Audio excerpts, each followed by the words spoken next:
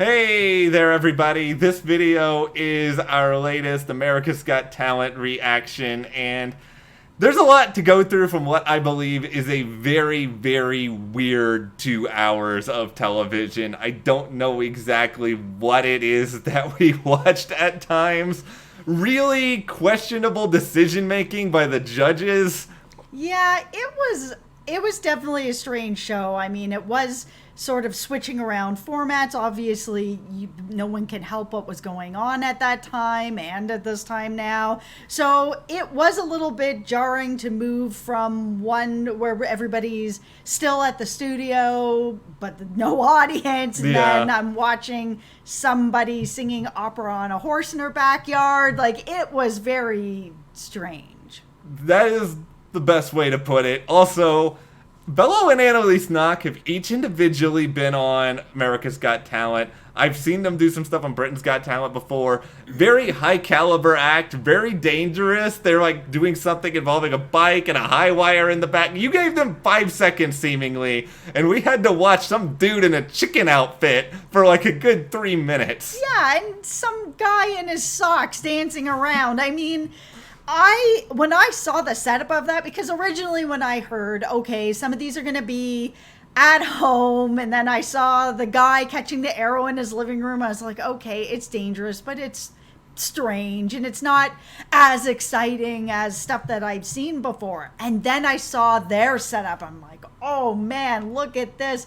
Up this high wire, this bicycle, she's dangling, what's gonna happen? And then nothing happened. It was really weird. Yeah. Well, I thought for sure we were gonna get more on that. No, I was ready to go. I was like getting together all my memories of the past acts. I was like, all right, and then that was it. Well, anyway. Yeah, and for me, I've actually never seen them before, so I was really excited to see like a father-daughter Daredevil act in their backyard. Yeah. Now we're just going to be settled for YouTube because they didn't give us anything here. Yeah. But if you guys do like this discussion, remember, give us a like, subscribe, and hit that notification bell. That way you don't miss any other updates. We even have a reaction to a couple of other acts leading into this episode, so I highly suggest you check that out. We got LIGHTWAVE and Cameron Ross in there. Yeah, we'll leave a link for you below for that. Okay, so let's start out with the marching band, because for me, I love marching bands. I'm from Canada. We don't have marching bands. So whenever I see something like that, it's always sort of like my favorite part of like the Macy's Day Parade and stuff, where I get to see this stuff because it's so different for me and I don't really have any experience with it. I really like this group that it felt almost like there was like 5 different acts that were all just flowing together, that they're able to change their tempos and change what they're doing, and with the flipping and the drums, and it was really entertaining. And I also love that they came in from the back, like they made it feel like they filled that studio. I really liked it. Here's the thing. I was in marching band all 4 years of high school. I grew up in Texas. This is where everybody's got a marching band that does pretty much everything. I was a drum major. I'm all about marching band life. There's so many things. Like, Marching band life. Marching band is a lifestyle. It is you getting on the hot, sweaty bus on like a Friday afternoon, and you're going like an hour to some other. That doesn't sound great. It's not great, but you get used to it, and it's you get like the crummy concession stand food when you're really, really hungry. That sounds terrible too. See, the thing is, where's the good stuff? It's the camaraderie. It's the fun. It's a lot harder, I think, than people think. Like, it looks hard. Yeah, especially what they're doing, because they're one of these marching bands. It's really all about the flair as well, where you're moving the instruments around, and some of like the baritones, the sousaphones, which are those really big brass ones that basically like wrap around your body. So cool. They're so cool, but they are so heavy,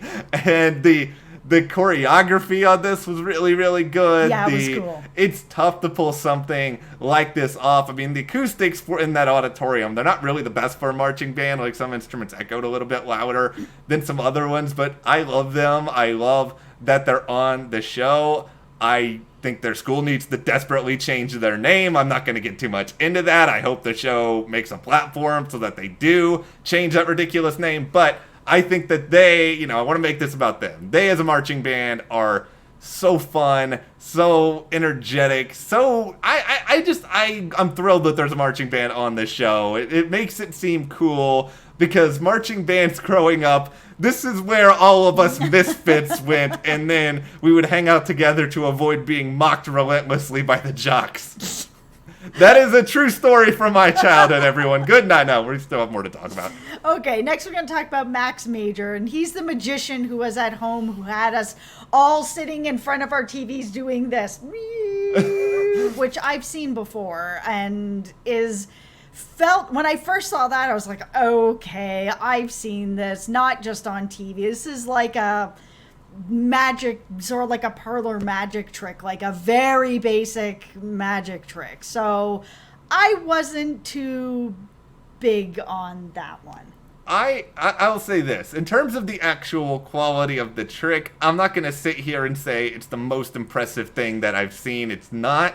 I will say this. I loved his setup. I loved how, like, magical his room looked. Because if I want to picture how a magician lives at home, this is what I would think of. And beyond all that, I think I'll give him a little credit because I do think that the circumstances around this, if I'm a magician, I'm like, how am I supposed to deliver an effective, like, magic effect with a bunch of people watching from Zoom? I think he did as well as he could given the circumstances, but it wasn't the most impressive trick in the world. I think this entire situation is totally unfair to magicians. Yep. I really hope he gets a chance to actually do something in front of, like, a real audience in an auditorium, because I don't actually think we know what he can do yet. Yeah, it's really hard to know. I mean, the card trick, that was pretty cool. I'm going to say that. I thought that was pretty cool. Yeah, I think he's good at what he does, and I think if you're going to invest the money into that room that guy has, you just obviously you're really good at what you do. You're committed for the long haul. Okay, we also had so many comedians tonight, like a lot of comedians. Yeah. And for me, no one really hit until John Hastings came out. And I think he just, again, sort of has that relatable to a lot of people type comedy. And I mean, the biggest thing that he did really well was not the fart jokes, because we've all heard those before. But he played into the room, and the room only had the judges and the crew. And you never really kind of get that pull back the curtain and here's the crew. And you can see them all over there laughing and being brought into the joke. And that's really an important talent to have if you're a comedian. And I think he did that really well. I loved that. I like what he did a lot. I will admit, I did laugh at the fart joke more than I probably should have, because it was so stupid and juvenile, but it was like, hey, it's an innovative fart joke. I haven't heard this one exactly before. There was another joke or two that I didn't think landed perfectly, but I loved the setup of a lot of his jokes, but I really liked him. I really liked how he did sort of play with the environment, with the crew. He made sure they were all included. The best part of it was when he basically said that the crew all wants to just go home, which, given the It's so true! Yeah, like, especially when you think about the climate that was going on at this point, they were all probably like, why do I still gotta be here doing this? And health crisis is spiraling. Yeah, and on top of it, I mean, crew are the first people to show up, and they're the last people to leave. So their days are the longest. Yeah, he was just so self-aware, and I think that plays really well into, I don't need to necessarily see him with the larger audience. I'm sure we will, but I hope so. If you can make people laugh, and these people are just Howie, who's always going to be supportive, but then also Simon and Sophia, who aren't comedians, and then a bunch of, like, possibly grumpy crew members, you've done a good job for yourself. Crew members were probably just excited that somebody was including them. It's like, hey, we get to be a part of the show now after like 15 years. So the last person we want to highlight tonight is Sheldon Riley, and his voice is so gorgeous. It was a little bit strange, and I always find it very strange when we have acts that come out and they don't want to talk to anybody right away, and they don't want to say what their name is, and that sort of act, that part of that act just always really rubs me the wrong way. but then his voice came out, gorgeous. We got to know him a little bit after. That's okay, but I would have liked to have gotten to know him a little bit better beforehand. It wouldn't have taken away anything from his act. I'm going to go the other way on this. I like the mystery here. I like not... I wish more acts would just go up there. I don't need to hear about your story. I don't need to know who you are. Just do something. And it may be really, really bad, but that way, if they're really, really bad, we can just get them off the stage faster and then move on to the next act. But if they're good, it's sort of like, oh, what is this guy? I'm invested in the mystery of him and his weird outfit. I mean, it was actually cool and stylish. Oh man, his outfit was so dope. I loved it. It was crazy, the fashion that he was wearing. I loved it. I just wish he would have given at least his name. It always feels very odd when it's like, what's your name? Okay, come on. Like, you can still have mystery and be like, my name is Sheldon. My name is Mysterio the singer. Like, if you're gonna do, if that is gonna be your spiel, that you are not gonna talk to the audience before, you gotta have like a weird name or something, and that's all you say. But I kind of wish that if that's part of your act, I think this is where it is. It's not about the act. It's about that if this is part of your act, that you're not gonna say who you are. Then tell the judges, this act that's going to come in is just going to come in and do their act, and then they're going to speak afterwards. Because that exchange is what makes it weird to be like, oh, hey, it's nice to meet you. What's your name?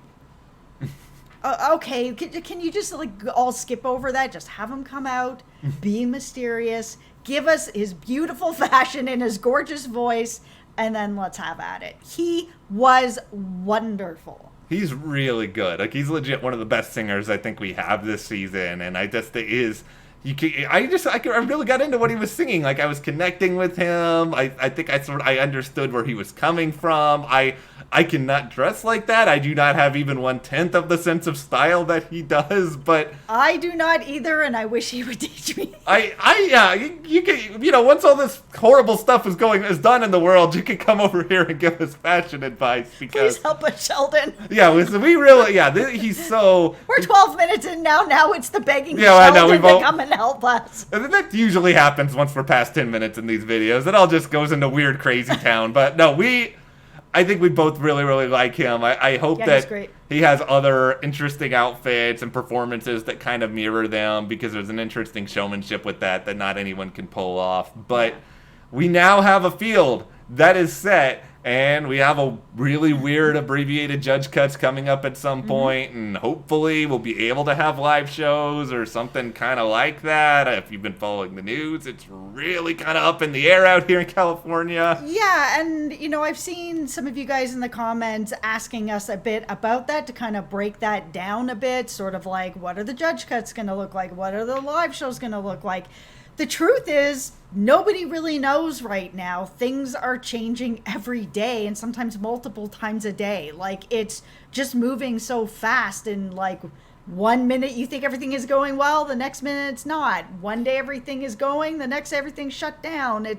We just don't know is what the truth is. So we're all rolling with the punches together, guys. Yeah, I know. It's like yeah, they filmed something, but what does it look like? How does it work? And then the live shows, it's sort of like, okay, maybe we're going to have them in front of the judges. Maybe we're not. Maybe people will be at home. I think there's going to be live shows in some shape or form. I hope it's better than the live shows from The Voice, but we will see. Truth. Anyway, what did you guys think about the final America's Got Talent Season 15 audition show? Who did you like? Share in the comments, give us a like, subscribe, and you can support us further by checking the link in the description to the store, and we'll see you here next time.